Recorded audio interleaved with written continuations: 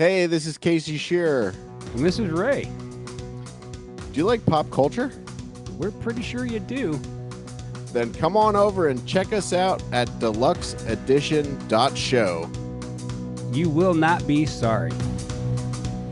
Or maybe you will be. I don't know.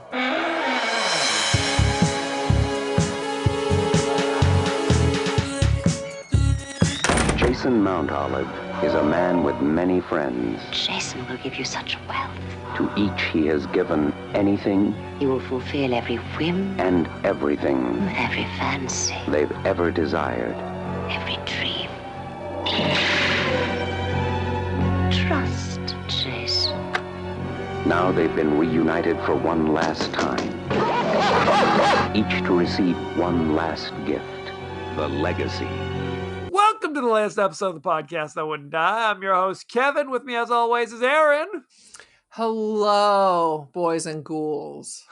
This week on the podcast that wouldn't die, we discuss, not every week, I'm already messing this up.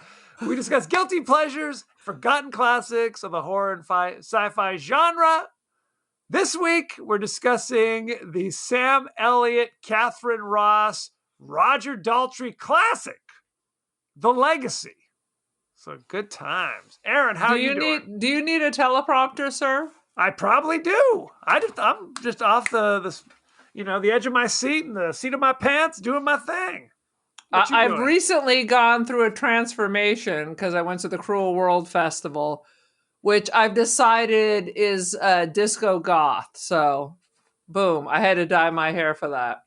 Dynamite. And by the way, I'm over here burping into the microphone. Excuse me. it's I was okay trying to hit suck the it mute in. button, by the way, when these things occur. You don't just have to let every bodily function rain These down are on the not planned. listeners. It's like, I'm about to burp. Allow me. What mute button is there? There's a mute button. There's a button there. There's a camera and a microphone and a hand on your screen. I got you a 9-inch nails button. Sounds dynamite. By the way, speaking to some other podcasters earlier, I want to reiterate the fact that Aaron and I, not married. Again? We are brother and Where's sister. your wife? Your sister wife. Not a sister wife. This is not wedding in the Appalachia. So good times. No offense to those of our Appalachian listeners.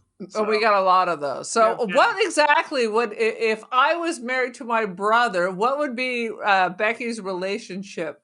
Would she be she's my sister-in-law and my sister wife? Well, in this bizarre reality you've constructed, is since incest is on the table, is polygamy also on the table? Or... It's Game of Thrones, brother. It's Game of Interesting. Thrones. Okay, good time. Tyrion, where are you? Sweet Jesus. Anywho, Wait a minute. So you were just on a thing, yes. another one of your quizzes where I understand you shamed yourself, Well, and again they were like, "Where's your wife?" well, let me just say this. Yes, I was on the middle class film class, did a tournament of champions. I'm not going to reveal the results because I don't know when this episode is dropping and when his episode is dropping.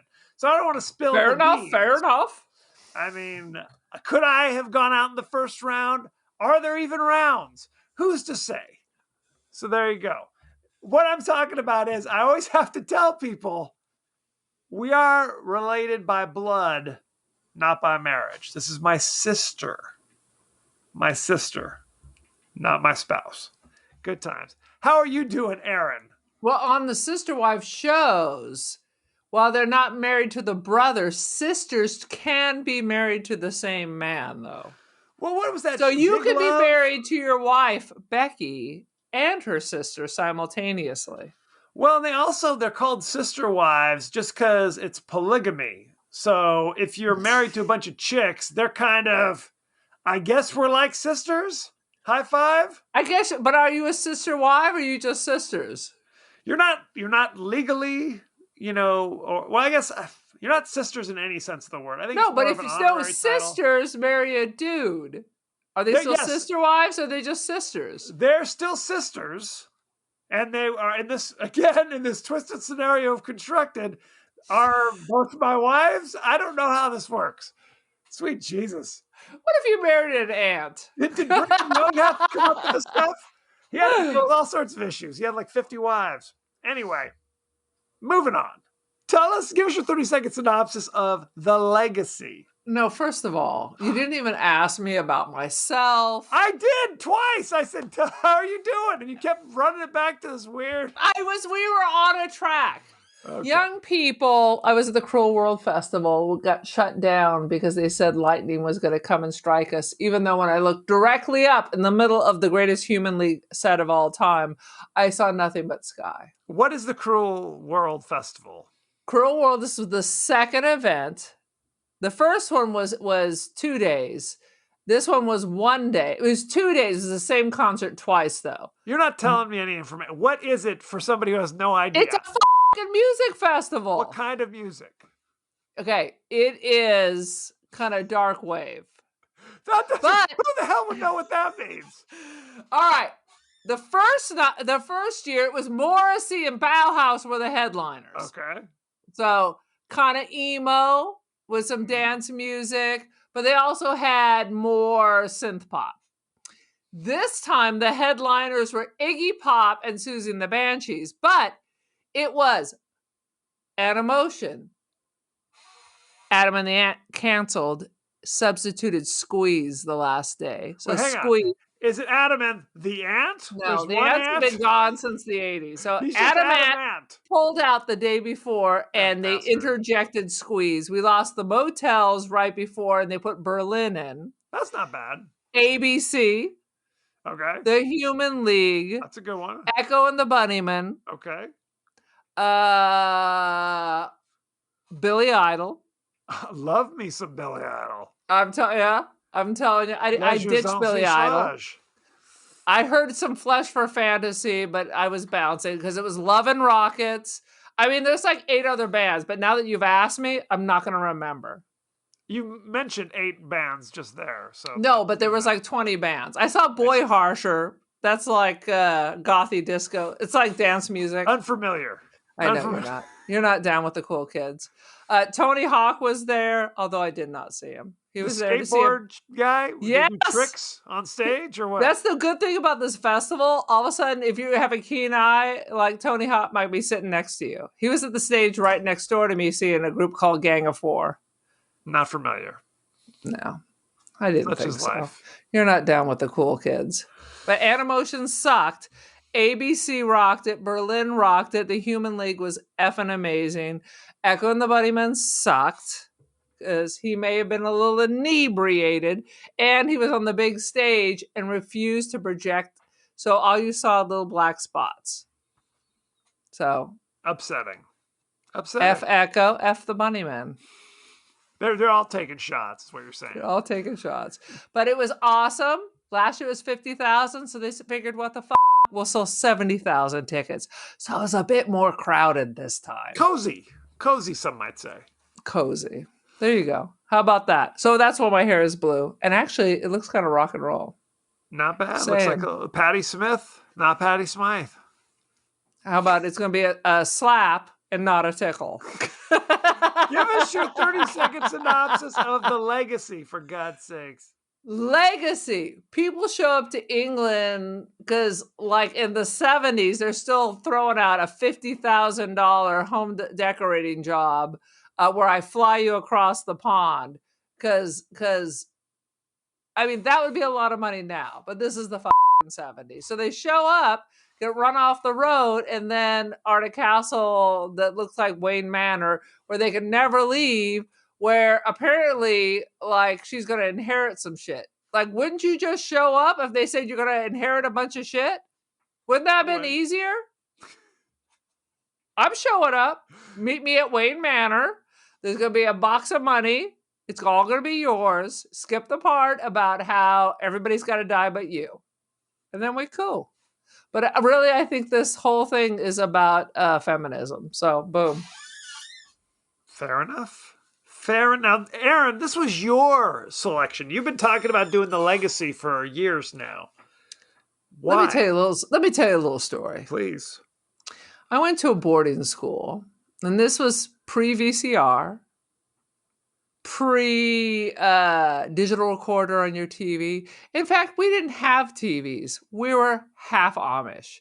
I have no idea who shot JR because we didn't have TVs. I only got to watch TV when I came home. I missed the first 2 years of MTV. So let's just put that out there. The train was a recent invention.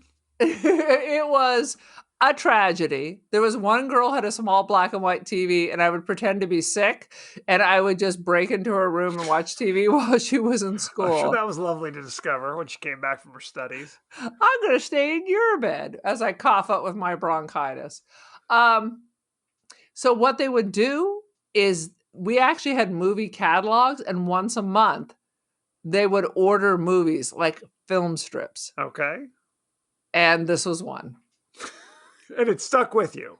And it stuck with me. Plus, Roger Daltrey, he was famous. Yes. I mean, he wasn't that big. I mean, let's be straight. This was the 80s. But you know who The Who was. I mean, The Who was, this was like The Who's still 79. The Who. The Who was still The Who. Let's And not The get Who was carried a away. Who then, too. Absolutely. Well, Horton Hears a Who. So, and I remember thinking at the time in my, 14-year-old heart that Roger Daltrey was looking pretty good. He was still probably way old then. He didn't look that old, though. I mean, how old He do you didn't think look was? that old. No. But The Who had been rocking it for a long time. They had. I mean, he's doing this. When you're Roger Daltrey, you can be in movies if you want. Just say, hey, I'm going to be in your movie. Just show up on set one day. Now you're the third lead. I mean, he was in f***ing Tommy, so he thought he was going to be on his way to the Academy Awards. Not so much maybe in this one, but I love Tommy. Tina Turner, Gypsy the Acid Queen. Had you seen this movie in the last 40 years? Oh, no. I think I've only ever seen it once in my life. You saw it once back in 79. And now, I'm not sure when I ever saw it again. That's what I shit. remember seeing it. And frankly, half the time I get it confused with The Legend of Hell House. Somehow if we'd morphed the two together. I kept waiting, where's Roddy McDowell? Well, there were a number of movies that I'd kind of mix up. There was The Haunting, because the book was called The Haunting of Hill House. Right. Then there's The Legend of Hell House. Right. Then there's The House on Haunted Hill. So I used to mix them all up into 13 Ghosts, just a stew. I mean, it's a haunted house. How many things can happen in a house that's haunted? It's not good. Ghosts, there's demons, there's blood. Apparently, there's insane ghosts that you keep in plexiglass in some of these situations. That's what they say. The Haunting of Hill House. We don't even know if there are f***ing ghosts. Maybe it's all in her noggin. She may be insane. She may be. So I saw this movie the first time, I want to say like 12 years ago. And I don't know why. For some reason, it was in my Netflix queue. Like I added back when they would send you the disc. Okay. So it was on my next Netflix queue and they sent it to me and I watched it. And I'm like, is that Sam Elliott? I didn't know Sam Elliott was in this bad boy. You get to see all about Sam Elliott in here. Now you know why he's so popular. I mean, he's a handsome devil, although his hair was kind of strange in this one. Wouldn't you agree? It's not quite, because he has kind of like this 80s blowout during the 80s. Like they were trying to tame it. Yes. But it's untamable. Yes. But he does have a great ass, because he has no problem just shaking his moneymaker. The only nudity in this movie is Sam Elliott's ass. His wife is completely wrapped like a mummy, but Sam Elliott is just, swinging in the wind. He had a shower scene, an extended shower scene, where you see him walk across the bathroom, climb into the shower bare ass naked. Good Lord. Mel Gibson was looking at it like, that's a good thing to do in all your movies. I'm going to do that too. And they're still married. Well, they weren't married. They met. They weren't married, but their romance blossomed during this movie. And she saw that ass. She's like, I got to get a slice of that.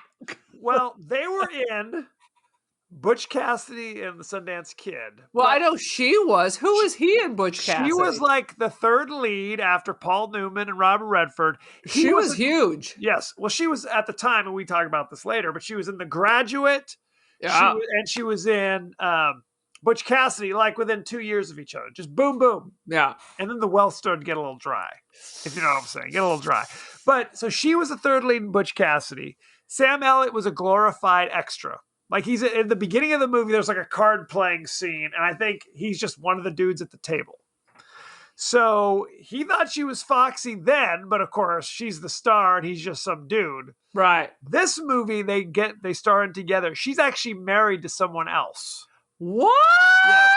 She's married to someone else. That marriage doesn't last, I guess not. as you might imagine. And she's with Sam Elliott, and like 5 years later, they get married.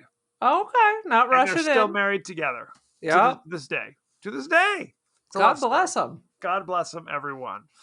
So I honestly, I saw it 12 years ago, and I remembered Sam Elliott. I remembered Catherine Ross, remembered Roger Daltrey, and that's all I remembered. That's basically it. Right.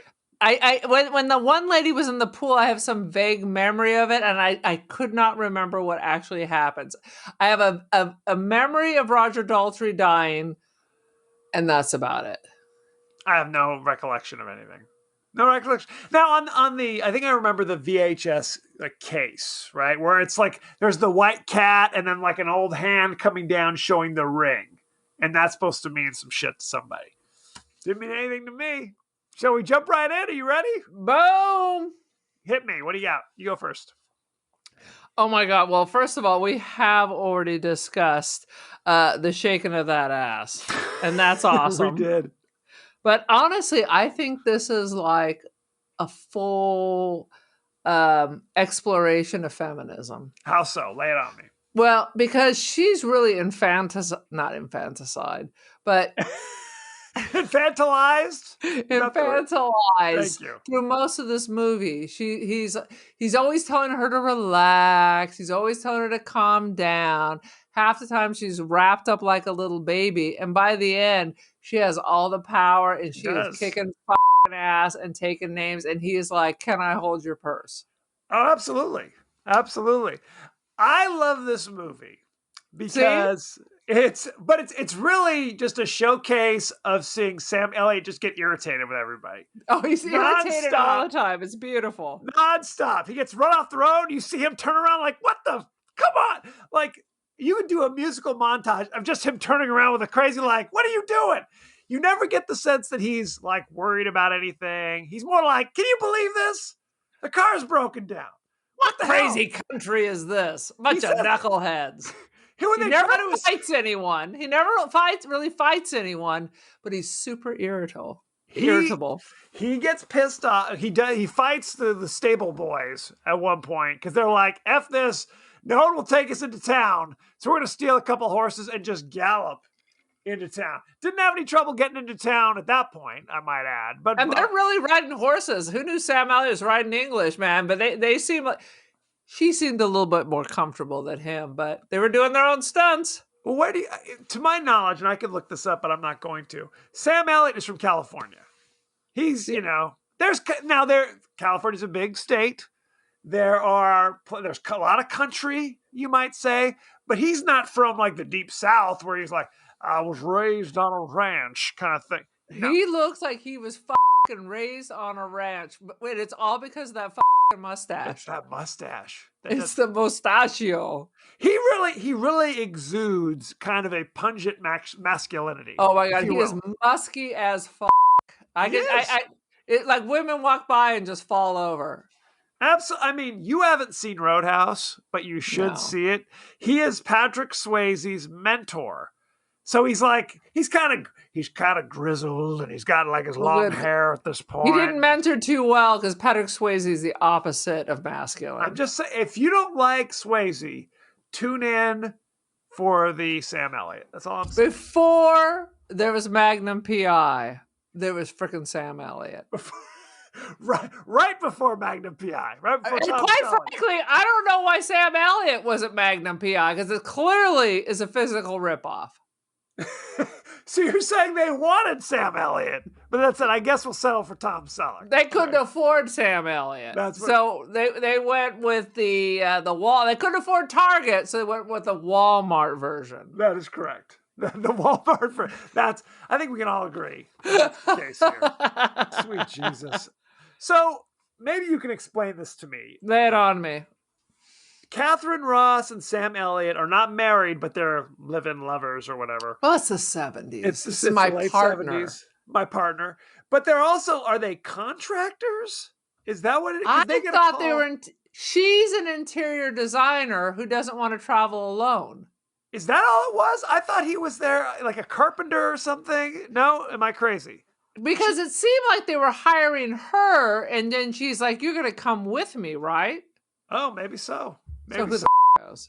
Yes, we're going to give you a $50,000 advance to come do some interior decorating. How much furniture you buy in the 70s for $50,000? All of it. Good heavens! All the furniture. That's right. Everything then- Walmart makes. Then there's a 15-minute musical montage of them like they're in London, picking up like groceries and Pump the brakes. Pump the brakes. We got to go all the way back to the beginning because in the 70s there's a love theme for everything. Yes. So even the opening has a love theme It does. sung by Kiki D. Kiki D! Don't go breaking my heart. If only she was singing that song. This one was not quite as catchy. Do you know any other Kiki D hits? No, there are no others. There's this. So it's the love theme from the You need Legacy Yeah. and the duet. Don't with- break in my heart. with I mean, Elton John, she must, pardon me, British people. They record a bunch of crap that we never get over here. It never quite makes it across. It sinks halfway across the Atlantic. It's true. It's sad. Well, okay. I always wonder if you're a music group and you're working on an album, are you like, here are 2 or 3 really good songs, and here are 10 pieces of shit, but we got to have something to fill up the rest of the album? Do those thoughts occur to them? Well, now it would never make it because no one's going to buy the album. They're just going to drop that one single. But Right. I remember walking into, this is the Wayback Machine, a record store Yes. to buy an album, but Big Country was playing. And I was like, yeah. So I bought that album. Guess what? Big Country is the only song on that Yes. album worth a damn. I remember The self-titled. throwing it across the room. That's what they do. They got a box of Big Country, which they know was going to stink. I learned all of this from my John Cusack movies. And they just going to pop High Fidelity, you're going to pop it on, and a bunch of suckers are going to walk in going, I like that song. Well, Forgetting what I came to buy. it is a warning when your hit single is also the name of your band. Big Country by Big Country. That's it. We shot our whole load. On the album, Big Country. Yeah.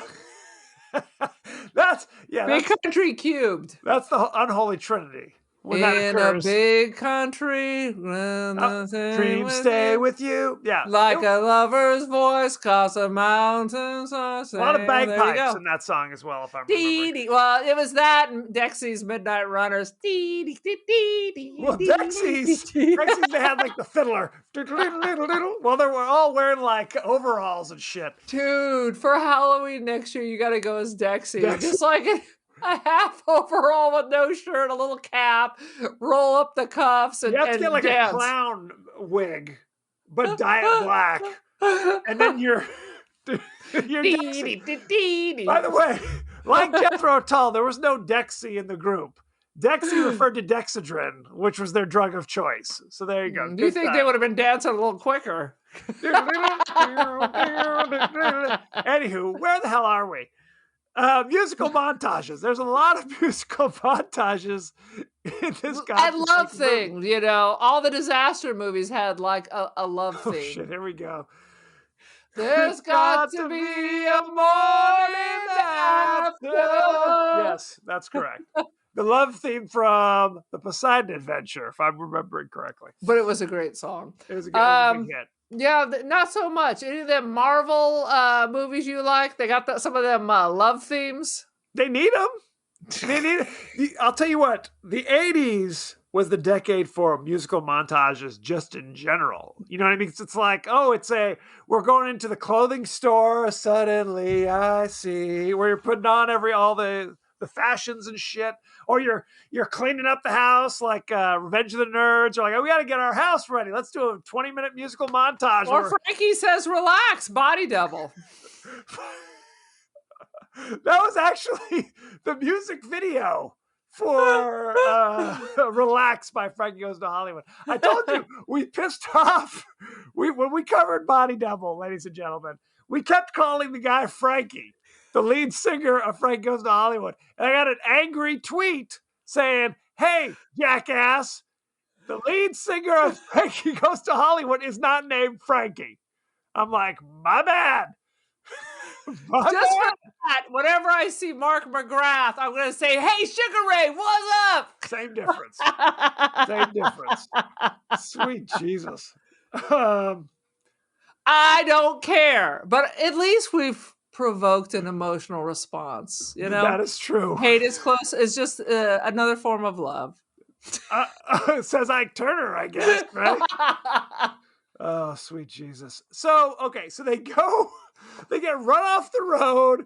Sam Elliott gives the guy the stink eye, and they're like, hop in the back of the Rolls. I'll take you to my castle. Because ostensibly they're there to meet somebody eventually to go over the proposal for the interior decoration. That whole subplot is totally forgotten. Like, there's never a point where Sam Elliott's like, hey, we have an appointment next week. We gotta get out of this place. No one ever says that shit.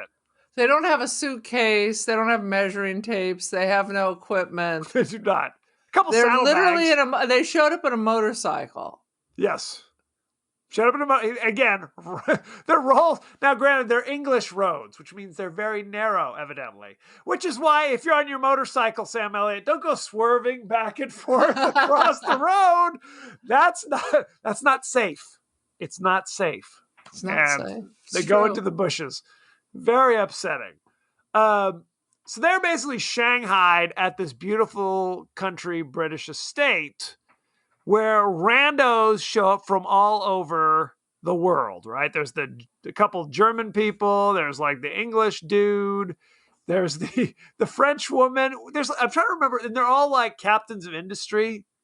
Is that correct, Aaron? Like one of them. Yeah, they're like one of them runs like a publishing empire. The other one sounded like she's a madam or something. It was all like random. They're highly successful in their careers. That was so bizarre. So you got the hotelier over here. You got the guy who's like an industrial titan. Then you got the one who's like she's a madam.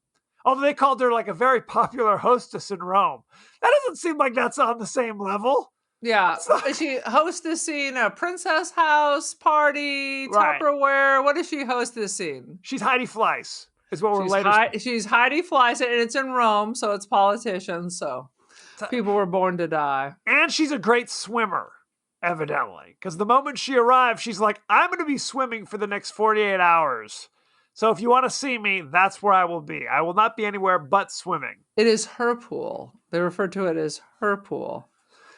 Did you enjoy seeing... and one dude was decorated by Adolf Hitler right before the war ended. Yes. Also known as Blofeld. Yes, he was Blofeld. Charles Gray, the famous British actor who was also in Rocky Horror Picture Show. Yes, I have that written down. It's played... just a jump to the left. That's him. He was pretty much taking anything by the late 70s. I'm sad to say. Dude, but he's really good at this. There are many points of this movie where he just kind of leans over and looks over with this crazy little half cigarette. He's solid. He's not f***ing around. He is awesome. There's really, I mean, the performance, even Roger Daltrey, not classically trained as far as I know, everybody seemed like they were doing their work and handling their business. There was no jackassery. There was none of this. Why did they hire him? Except maybe Roger Daltrey. But he had a very small role, and he was great. He was memorable. But he's exactly who he should be. He had as big a role as any of those jackasses that came out of the woodwork. Right. And then there was the nurse, who's like evidently runs the household. Her name's they just call her Adams. Adams the nurse. Why is she in charge, the nurse? Do we She's the know? familiar. Okay. So halfway through the movie, Catherine Ross is like, "Is there some black magic up in this place?" So she's literally asking people, "You guys do some black magic up in here?" Sam Elliott's like, "Would you shut the hell up with this black magic Oh yeah, shit?" the whole thing. He's just telling her he was just mansplaining, gaslighting her to shut her the fuck up because he doesn't know what's going on. So everything was relax. You crazy. Settle down. Have a mama's little helper. Maybe you need a bath. Maybe you need a nap. Shut the fuck up. He wasn't as bad as all that. I mean, in his defense, she was talking. I mean, where did she come from with black? Where did she pull the black magic out of her ass? She just like, you know. There's some black magic. Like I said, he is never like that concerned. It's more like, what the fuck is happening in this place? What are you guys doing here? Just constant. I'm irritated with you. I'm irritated with you. I got my eye on you next. It's like the guy from Stripes. And you're next. You just made the list, pal. Yeah, You just made the list. There's a lot of that going on. So, and I get so they're picked up in the roles, and the kindly host, his name is Jason Mount Olive. Mm-hmm. And then he disappears. Like, we don't really see him for the rest of the movie. Do we think it was really Mountbatten, as in this is actually the royal family? Ooh. So you think there's a connection to real things going on there? It's deep, man. It's deep. Who's to say? Who's to say? What else you got? Oh, well, we already talked about Crazy Blofeld, but the black cat always reminded me of the other Bond villain with the white cat. That's Blofeld. what all I... Was that Blofeld That's too? Blofeld. So he's there with his white cat! Was that before or after this? He was, I think, the fourth actor to play Blofeld, and he played it against Sean Connery in Diamonds Are Forever. Oh, so after. This is 79. When did Diamonds Are Forever come out? Diamonds Are Forever was like 71. Oh, so then maybe this is all. Maybe it was going to be a black cat, but he's like, That's my jam. That's my job. Absolutely. Because that's all I kept thinking. I wanted him to pick it up and stroke it. Just grab back to. At one point, they say in Europe, Roger Daltrey is the music business, and I kept thinking, wouldn't Catherine Ross have at least heard of him then? Am I crazy, or is it just he's real big in Luxembourg? I mean, maybe he's like a Cliff Richards, where he had like that one song in the 70s here, but somehow he's a demigod in England. Yes. Maybe that's it. It's hilarious that you mentioned Cliff Richard, because I was literally at a family function. I was like, somebody mentioned Cliff Richard, and I'm like, oh yeah, it's so funny we don't talk anymore. I know that one. And then Tara's like, Devil Woman. And then Tim, our British brother-in-law, is like, yes, he is the highest selling musical act in the history of Britain, with like hits across 5 decades. And I'm like, what? Yes, like I'm sorry, I thought that was David Hasselhoff. Who brought down the Berlin Wall. He did, absolutely. Single-handedly with his music. So, yeah, if you Google Cliff Richards, he like inspired the Beatles and the Stones and shit. If you go, he actually had a handful of hits in the United States that I was unaware of, but he's had like 100 hits in the UK. So Cliff Richards, congratulations. The devil you say. So we have determined that this is in fact Cliff Richards. He is Cliff Richards. Yes. If Roger Daltrey would have turned around and said, "You're just a devil woman with evil on your mind." Jinx. Should have been the theme. Devil woman with evil on her mind. Well, he sang that song. Not Roger Daltrey. Cliff Richard sang that song with Olivia Newton-John. Suddenly, the wheels of ocean. I didn't know that was him. Maybe he'll be at the next Cruel World. What the fuck? Who knew? He has hits. Are you going to tell me like Warren Zevon has more than Werewolves in London too? He does not. Okay.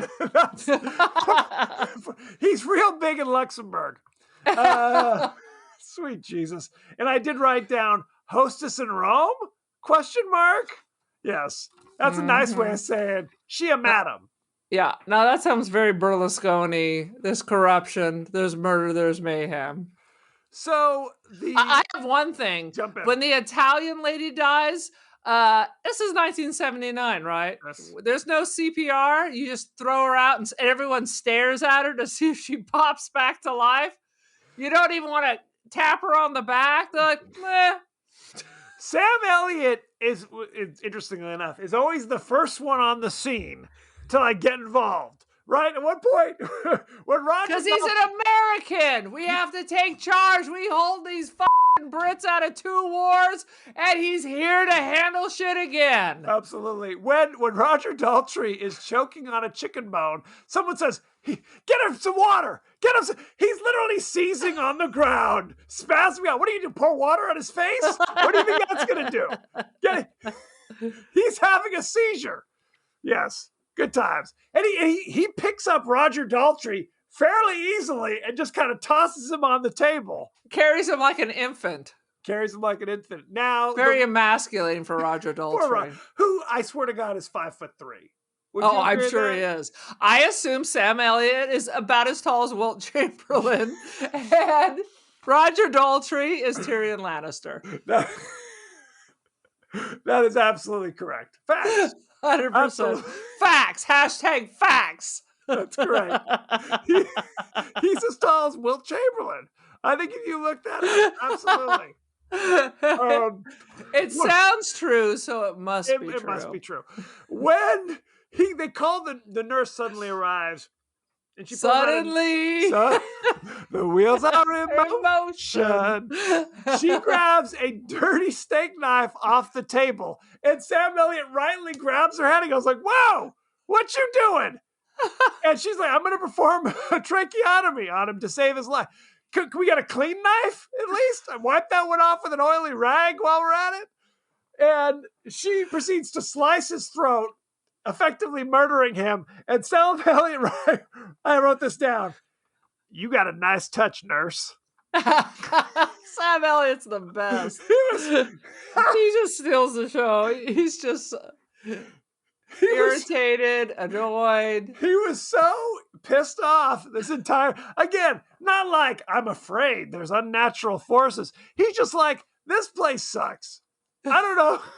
This place sucks. You people are boring and stupid. Yes. You're pissing me off. You're pissing me off. It's the right thing to do. That's and I'm going to get another big glass of whiskey. He did. That's what he did. Oh, sweet Jesus. Oh, my God. And everyone should just relax. Would you just relax? For goodness sake. There's no black magic in here. Okay. I remember it being very impactful when they pulled out a chicken bone when he had no chicken. They made a point to say, he goes to Catherine, "Hey, would you give me a little ham, sweets?" And she's like, "Oh, would you?" And then there's actually a server there. But for some reason, Roger Daltrey's like, "No, I don't want your help, sir. I'd rather Catherine Ross serve me if that's all the same to you." Because the server goes, "How about some chicken?" He's like, no chicken for me, mate." And then, yes, he pulled out a damn chicken wing out of his throat. So what does that mean? I think it was Buffalo Wild Wings. It was Buffalo Wild Wings, which is delicious, I might add. They're rubbery blubbery. This is a controversial opinion. Yes. If I'm going to have buffalo wings, I actually prefer boneless to bone in. So it's like, I actually just prefer if you could just fry the skin and dip it in hot sauce. Chicharrones? I actually prefer the 2-bone section of the wing and not the drumstick. You just want the bones. If they just leave some bones on a table. Skin. There's more skin on the 2-boned section of the wing. You want to chew on the kind of the gristle and the tendons? And no, that's the drumette. That's the little drumstick. That's gristle and bone. I pick those out and feed those to the dogs Which you should not do, ladies and gentlemen. Do not feed. or my children, but I'm not needing them. I just pick out the good spots. You're going to need Nurse Adams and Sam Elliott to help you keep feeding just bones to your I children. thought you were going to tell me your controversy was you prefer ranch over blue cheese. I could go either way. I'm okay with blue cheese and I'm okay with ranch. But It has to be good ranch, but preferable if you put crumbles of blue cheese into ranch. Oh, that's interesting. That's branch. Branch. Or Brokeford. Brokeford. No, the reason it's controversial is essentially I'm saying I want buffalo flavored chicken nuggets. Is essentially what I'm saying. I think McDonald's can handle that. Well- Basically, you want the big bag of crap from Walmart that you can just put in the stove at home. That's correct. Dinosaur shapes. Yeah. If at all possible. It's basically whatever fell off the floor when they were harvesting chickens for regular people.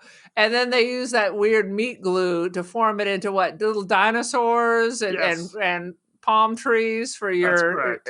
enjoyment. Yeah, that's 100% correct. Now, this reminds me. Earlier in the movie, after the Italian hostess / swimming champion, it was all very muddled. They toss her ass into the creek like in a garbage bag. Then later, when Charles Gray gets incinerated when he goes down to like pick up an old burning log and it's just like napalm squirts out of the fireplace, just immolates him. They scoop up his guts into another trash bag and then just dump it into the courtyard for the dogs to eat. Because Alpo is too expensive, evidently. So Good unless I don't know what the hell the dog's going to eat, like the skull, you're basically just going to have a whole bunch of skeletons and more questions the next day. That's what I'm. Sam Elliott goes And down on there. 10,000 acres, no one can dig a fucking hole. Can't do it. Can't do it. You let the dogs. You got gotta all eat. that witchcraft. You can't turn it into powder and blow it away.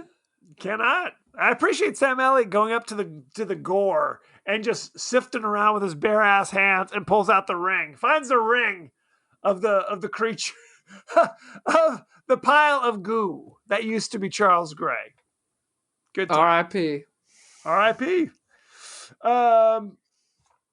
Later in the movie, because by this point we figured out that all of these people who've been invited here are all kind of what is the word I'm looking for? Like they owe something to Jason Mount Olive. They owe everything to Jason. Right. He He been found their them. benefactor. They're scallywags, and he gave them whatever they needed to raise to whatever position, So the top of their fields. So and they start to go one by one, seemingly by supernatural ways. Now, we're supposed to think that they were murderers and shit, right?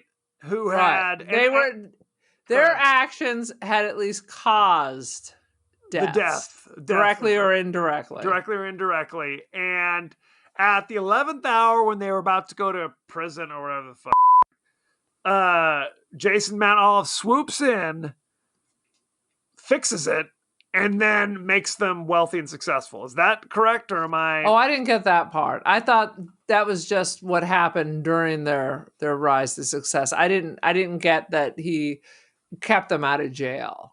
Oh, okay. Well, but okay. I mean, so, I could be wrong. whatever I the haven't seen case this may movie be. in 47 years. Well, hopefully you saw it a couple days ago, right? I'm not asking you to remember from 40 years ago. But whatever the case may be, it's something like he's been their benefactor, but they also have this checkered past where they've caused the death of somebody directly or indirectly. And interestingly, Yes. because like Blofeld, he was already on the naughty list before, right? Yes, that's correct. Because he's a Nazi. Whereas other people work their way up to the naughty list. Well, what was it? It was Maybe it's a little murky about when they met him. When did all the good things and the bad things happen? the Charles Gray caused a fire, or somebody died in a fire that he Mhm. caused. something along those lines. And then somebody else, it was a drug overdose for Roger Daltrey. Daltrey gave some bad shit to his drummer or bass player or some shit, and they died on stage. Oh, was that what happened in The Who? Their drummer? Too close to home.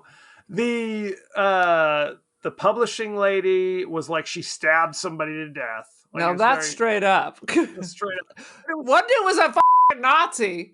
That was Charles Gray. Yeah. Charles Gray, but he was also burning people, like he burned the house. So down. it wasn't being the Nazi and getting ribbons from Hitler, is that he was neglectful landlord. That's correct. And there was a fire. That's That- what put him over. That was too much. I was a bridge too far. And then I'm trying to think, it was looking at the clippings, it was something like the hostess was in a Vice scandal. Whatever the fuck. Yes, because she's a Vice is madam. their prostitution. There's, Yes. you know. I don't think there was a murder. It's not. That seems kind of. No, somebody drowned. The The That's punishment what it fits was. the crime. You're absolutely right. And then the final dude, the hotelier, they didn't find a clipping. Right. So they're like, So what's whoa. that about? So we don't know who, because somebody left out these clippings for them to find. So I think we're supposed to think that the hotelier from Italy, was he Italian or was he Yeah. French? I don't I remember. thought he was Italian. No, but his name was Jacques, so he's probably not Italian. Probably not Italian. No, the swimmer hostess was Italian. I think he was French. So we think he left out the clippings, but then he goes about trying to gun down. It's ostensibly Catherine Ross, but really he's just shooting at Sam Elliott the entire time. Well, And none of them know who the killer is. well, because it's a supernatural thing that's going Right. down. The audience knows it's because it was like the woman swimming in the pool, and suddenly it's like, the lid of there's a lid on the pool, like she can't get up, like she's Marcel Marceau. Yeah, pounding I on the- remember that freaking me out a little bit when I was a kid. It's a thing. Why is he trying? So he'll be the last one left. Is that why the French dude's trying to kill?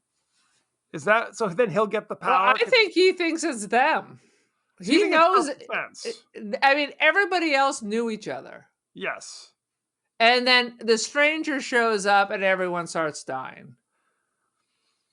Because what was it? It was like, why we wouldn't kill each other for money because we're already fabulous, Right. and wealthy, and successful.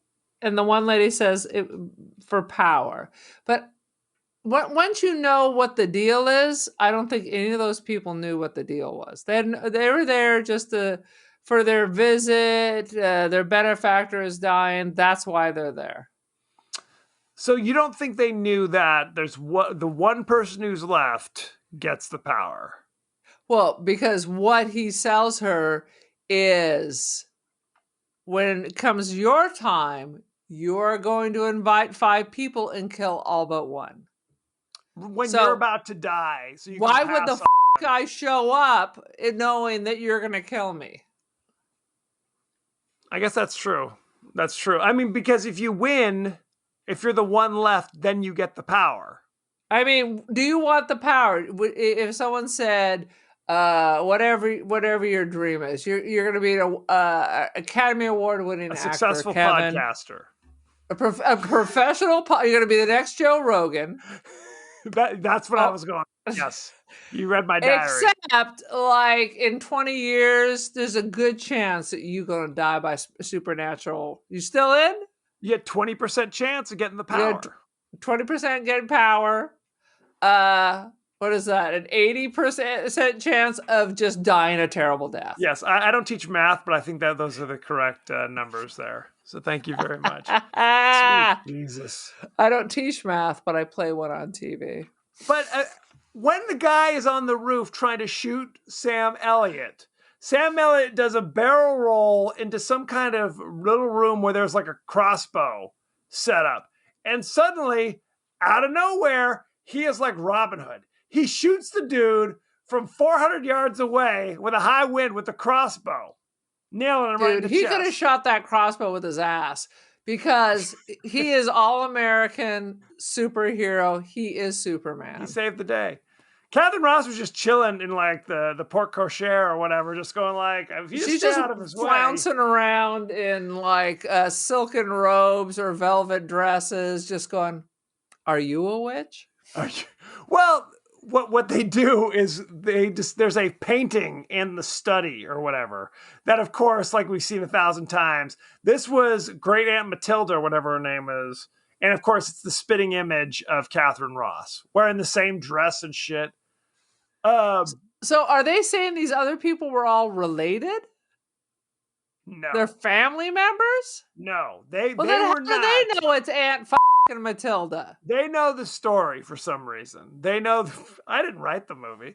They they know the story. But you think when you see that she's the spitting image of the ancestor, the matriarch or whatever, you think you'd be like, "Oh, I'm not getting the power. It's definitely not coming my way. It's definitely going to be Catherine Ross." So I think they're coming for a reading of the will or something. They are. No way. They are all way too relaxed to have the idea that they're going to die. But interestingly enough, when people start dying, no one is ready to leave. Sam Elliott is. Sam Elliott, he wasn't invited. Nobody else. He's ready to bounce. When Catherine Ross shows him the painting, his reaction is so bizarre. This is the most ridiculous thing I've ever seen. Can you imagine what they were doing? It's like, so what? I don't understand his reaction. Is he like, they went down into town and paid a local artisan to draw this just to make fools of us? Is that what he thinks? Or is it some other? It's a scam. He said, "Baby, you got to just relax. It's a scam. Darling, you got to relax. You got to relax. We're gonna steal some horses. People are going to think you're crazy, so relax." So just right. You know this ain't no black I've magic, written the word baby. relax like 35 times. Absolutely. Later, because so there's the reading of the will, and now Jason Mount Olive's in like a freaking oxygen tank, so you don't get to see. Occasionally, you see like his claw hand. Like, he's got a crazy eye. What was that show? Down.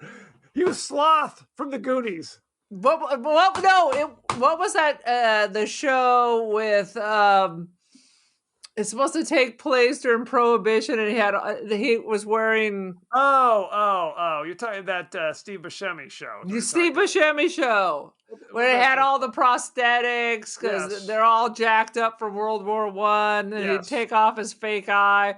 That would have been the Walmart version. What was the name of that show? Boardwalk Empire. Boardwalk Empire. Boardwalk Empire. Yes. It was so by the end, she kind of throws back the curtain to reveal the shittiest Halloween mask.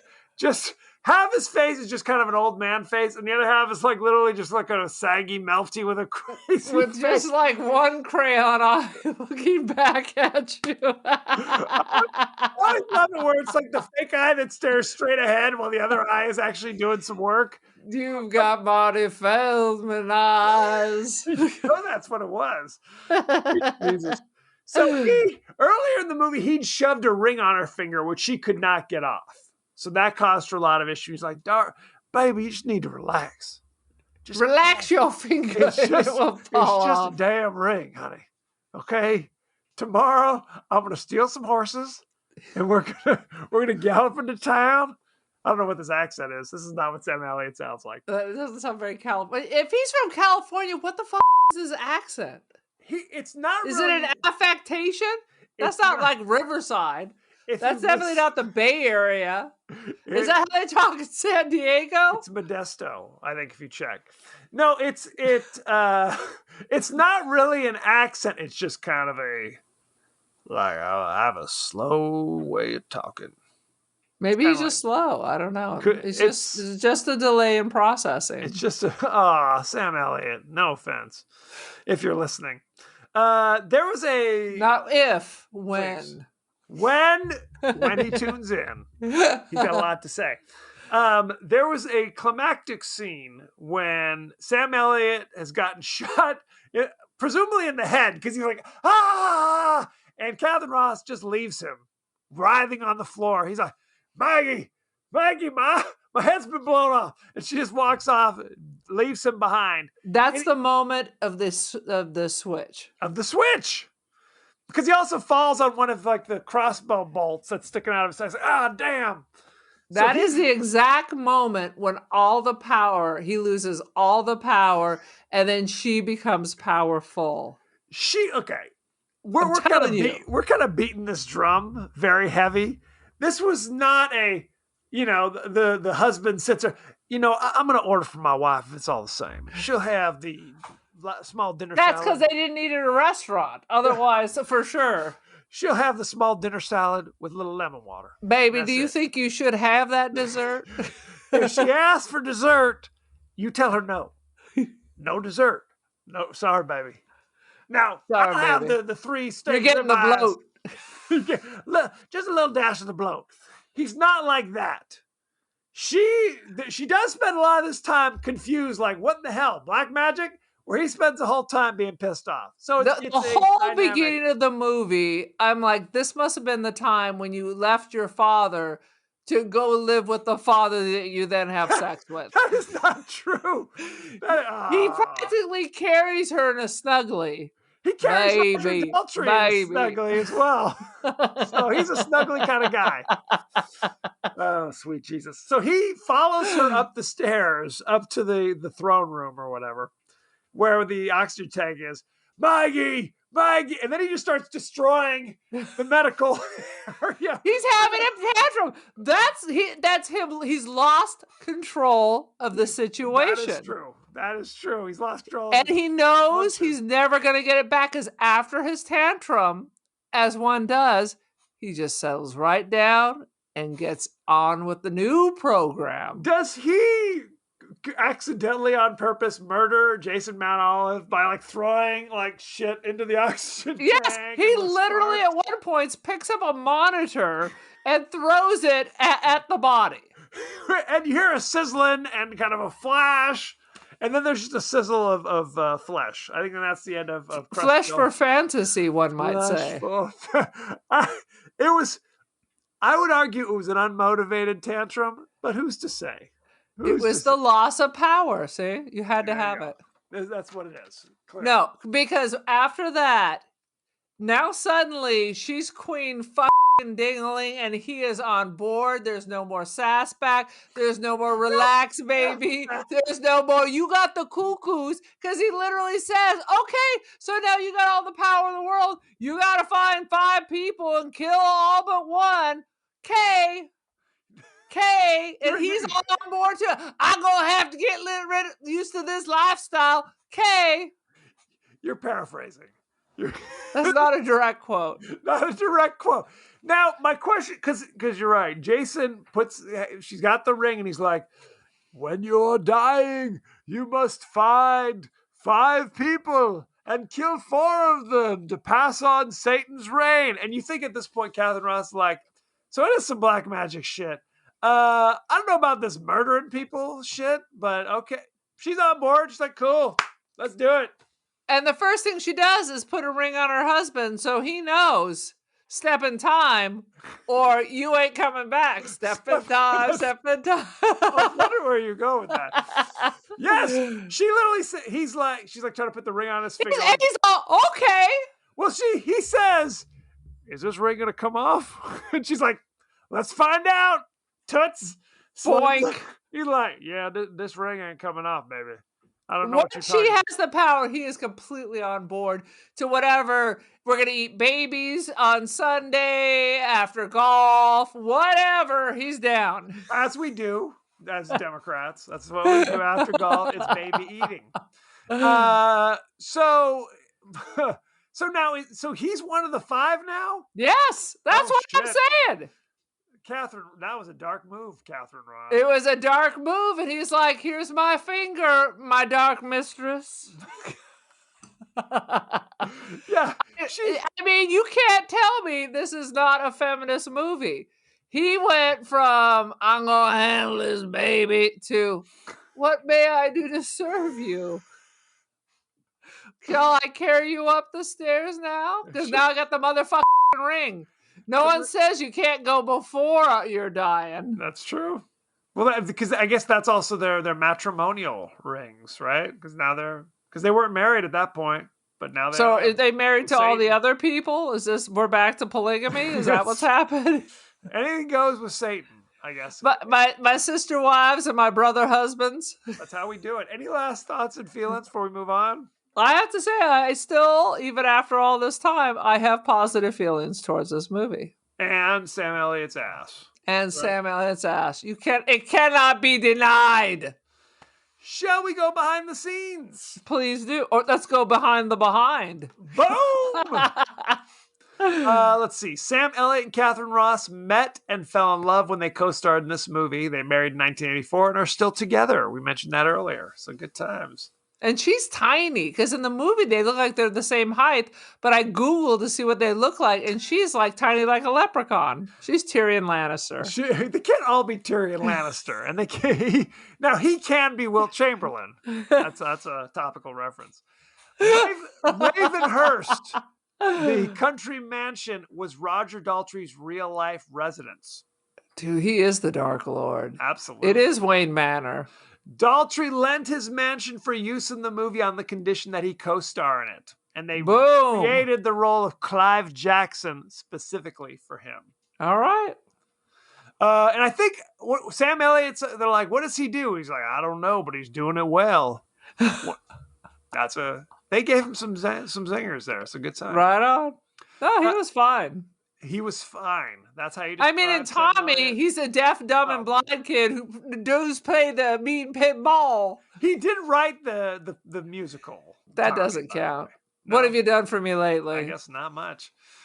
2 years after this movie's release, Sam Elliott gave an interview to Jerry Buck of the Associated Press in which he said about this movie, I wouldn't rush out to see it. It's about 15 years behind its time. So there you go. Good times. Let's see. Considered for Carl, who was played by Charles Gray, the former Nazi. I mean, we love these. Considered. Before the people turned you down? That's when the consideration occurred? You're sitting around at the Brown Derby with a couple of your jackass friends having some gin and tonics at noon, and we're speedballing ideas. That's great. What about Laurence Olivier? Why not? Among those considered were Peter Cushing, Herbert Lom, Donald Pleasance, Sir Christopher Lee, Michael Gough, Patrick Troughton. It's an all-star cast. What the fuck is that? He was the second Doctor Who. Patrick Troughton. Oh. Also, I love this dude. It's just a jump to the left.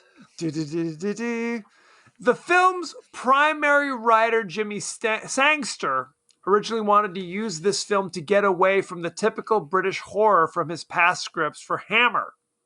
Oh. The original script was set in a rundown hospital in Detroit, as opposed to an isolated mansion in the English countryside.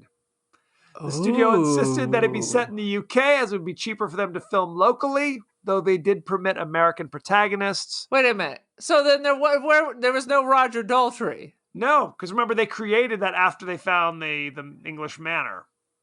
Although the hospital in Detroit, that could be kind of interesting. In the end, Jimmy Sangster wasn't happy with the film being more in line with Hammer-type horror films. It basically came back to being another Hammer movie. Yeah. But, I mean, I for one, enjoy a good Hammer film. I love a Hammer film. Ain't no lie. Mm-hmm. Let's see. One of two movies in which Charles Gray plays a Satanist, the other being The Devil Rides Out in 1968. You know, I've never seen that. That's a Hammer film with Christopher Lee. It's not about cowboys.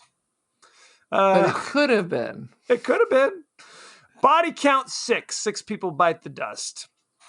In the third act, Maggie turns out to be Jason's maternal great-granddaughter. Sadly, the real-life age difference between Catherine Ross and John Standing is only 7 years. Well, they have him all jacked up because he's all young at the beginning and then took a magic pill. That made his face melt? Right. So that was good. Shall we go behind the scenes? We already went behind the scenes. Shall we go to the cast and crew? Let me pump the brakes here for a second. So you have to pick one. Yes. And they all died by the misdeeds that they Yes. did, For the most part. but it's all for the glorification of satanic power. yes. One I thought person- I thought you get rewarded for all these misdeeds. So you have to be a good person to inherit in Satan's power. Yes. Okay, as long as that's clear. I guess. Let's see. The director was Richard Marquand. You know him from. He's a director and producer. He did Star Wars Episode 6, Return of the Jedi, Jagged Edge. What else? Nowhere to Run, he wrote in 1993. NBC Special Treat in 1976. I don't even know Special what that treat. means. I mean, you were on a roll there with actually things I heard until you got for the after school special. Yeah, I went off the rails there. Oh, We said it was co-written by Jimmy Sangster. You know him from writing such things as The Horror of Dracula, Never saw it. Fear in the Night, Nope. The Horror of Frankenstein. There's a lot of Nope. horror going on. A lot of the horror of the Black Lagoon. Not the creature, but the horror. And exactly. And the writer of the 1963 film Maniac. You know it, don't you?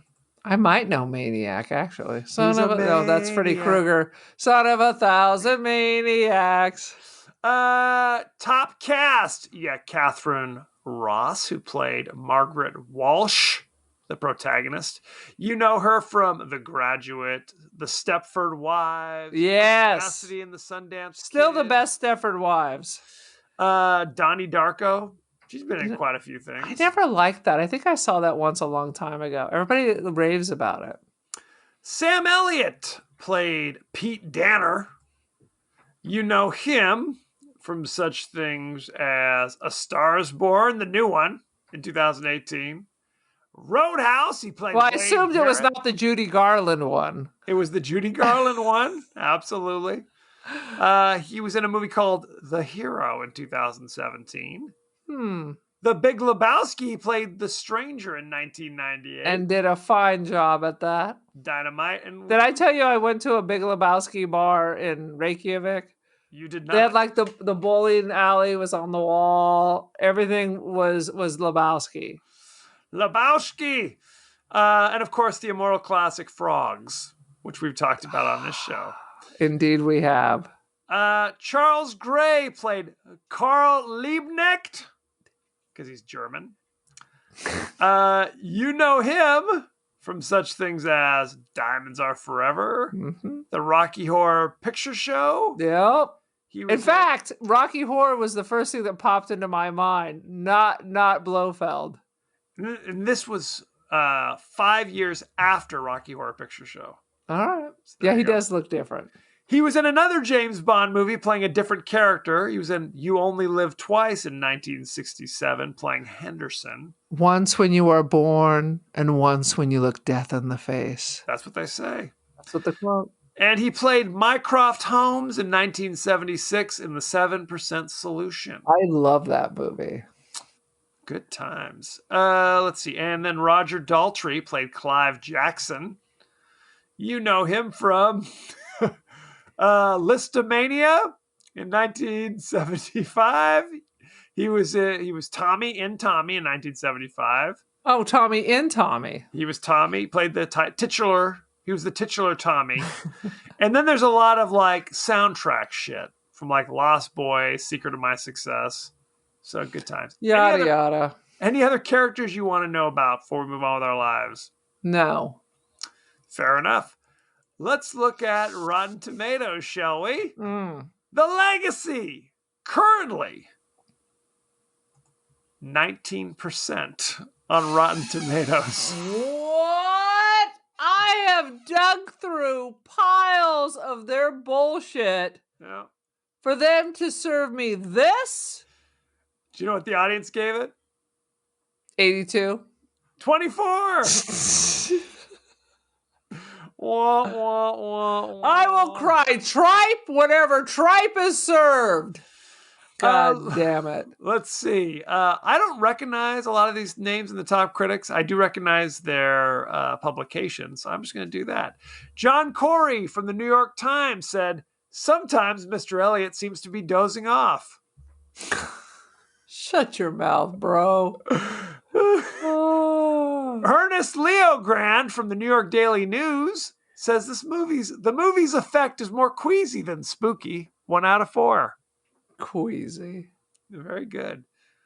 I mean, you're not going to be traumatized. You're not even going to be scared. But it's fine. It's the 70s. It's a Hammer film. Are you going to demand your ticket back from Scream and Scream Again? Come on. Yes. Perry Stewart from the Fort Worth Star-Telegram says, loses 2 points for having the name Perry. The film fails to provide even a cheap scare, so it settles for an expensive gore. It's a poor substitute. So very upsetting. I found it quite entertaining and held up through the years.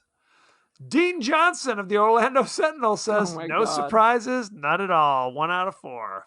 What about Freddie Fillmore from the Scientology Now podcast? He says, see it, and then keep seeing it, and then volunteer for the Sea Org. Good times. What is your rating? Well, it's a hard one. It's hard I knock think life. if I had never seen it and you had recommended it, I'd probably give it a 3. If it was mine, then it gets the shaft. I see. Interesting.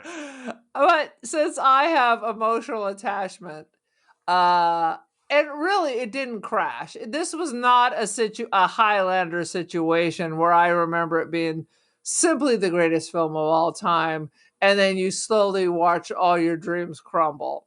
That's true. It's about what I remember it. So I'm gonna give it a 3.5 slaps on that I knew it was ass. coming. I knew it was coming. Of course. Absolutely. That was 3.5 slaps on that ass. Out of 5. I withheld. I'm gonna go with 3 angry, irritated, arched eyebrows from Sam Elliott. I mean, he alone makes it entertaining. I'm telling you, watch it just for his reactions to shit. Like, what the? There's a lot of like, are you kidding me? He does so much with those furry eyebrows. He does, no question. I thought it was fun. I don't think it was outstanding by any stretch of the imagination. Parts were enjoyable. Parts were a little drag, if you will. But it was short. It was short. I like the runtime was obviously advantageous. And I think the draggiest parts are at the beginning. Well, I think when you with don't love have, themes and long circling of parks, trying to find our way out with bad 70s music. Look, if you did not have the musical montages, the movie is 15 minutes. Okay? You gotta have the musical montages. If you're flipping channels and you come across it, give it a look. Ain't that Roger Daltrey? Absolutely. Or maybe you're not. I'm pretty sure if I asked all my kids, I'm going to end tomorrow. I'm going to sit down. I'm going to say, who is Roger Daltrey? They're not going to have any idea. No. He was the front man for The Who. Now, do you know who The Who is? Kids, do you know who The Who is? Who, Mass? No. No, they do not. Yeah, it's fine. It's fine is what I would say. So there you go. Thank you very much. Go to our pages on Twitter. Wait, are you saying you don't own this on Blu-ray? I do not. We watched it on YouTube for free. That was the only place we could find it. It's a crime. I hope the Academy has the original film sealed away in a vault for generations. If you could buy I'm calling the Library of Congress. I think you could buy it. You definitely buy it on DVD, possibly on Blu-ray, but it's not streaming anywhere. Can I get it on VHS? Yes, definitely VHS on 8-track. Yeah. What about the big laser disc? Can I watch it on that? The big, like the big ones. You gotta have the big one. Absolutely. I went to an estate sale not that long ago, and I was like, should I buy this? The And answer is I was no. like, you ain't got no room. As you You're not claim. living in Wayne Manor. You are don't not. have time for any more weird shit. You do not. So go to our page on Facebook, on Twitter.